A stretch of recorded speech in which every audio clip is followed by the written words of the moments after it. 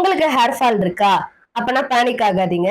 Hi, I am doctor Kausalya Chandramohan. இன்னைக்கு நம்ம எதை பத்தி பார்க்க போறோம்னா ஹேர் ஃபால் பத்தி பார்க்க போறோம்.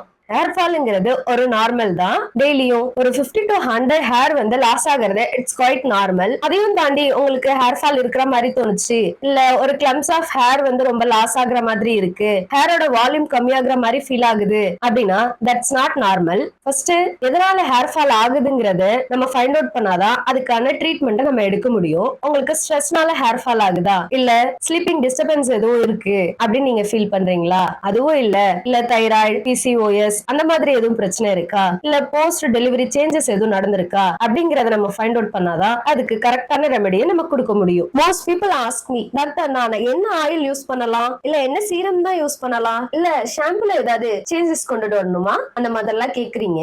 ஆனா ஆயில் யூஸ் பண்ணலாம், அது ஸ்கேல்ப்க்கு மட்டும்தான். பட் உங்களோட ரூட் காசை வந்து அது கியூர் பண்ணுமா? கண்டிப்பா பண்ணாதுங்க. நம்ம என்ன பண்ணணும்னா அதுக்கு பிளட் டெஸ்ட் எடுக்கணும், அதுக்கப்புறம் உங்க டயட்ல சேஞ்சஸ் கொண்டு வரணும், தென் லைஃப் ஸ்டைலையும் கொஞ்சம் சேஞ்ச் பண்ணணும். அப்பனா தான் ஹேர் வந்து ஃபால் ஆகாம growth ஆக ஸ்டார்ட் ஆகும். என்ன பிளட் டெஸ்ட் நம்ம எடுக்கலாம்? Ferritin and iron test and TSH, T4 and TS3 and vitamin D. இந்த டெஸ்ட் எல்லாம் நம்ம பண்ணி பார்க்கலாம். சோ கூகுள்ல இருக்கிற ரெமெடியை செக் பண்ணாம இந்த மாதிரி டெஸ்டஸ் அண்ட் லைஃப் ஸ்டைல் சேஞ்சஸ்லாம் நீங்க கொண்டு வந்தீங்கன்னா உங்களுக்கு ஹேர் ஃபால் ஆகாம ஹேர் ரீக்ரோத் ஆக ஸ்டார்ட் பண்ணும். தேங்க்யூ ஃபார் வாட்சிங் and think positive and treat right.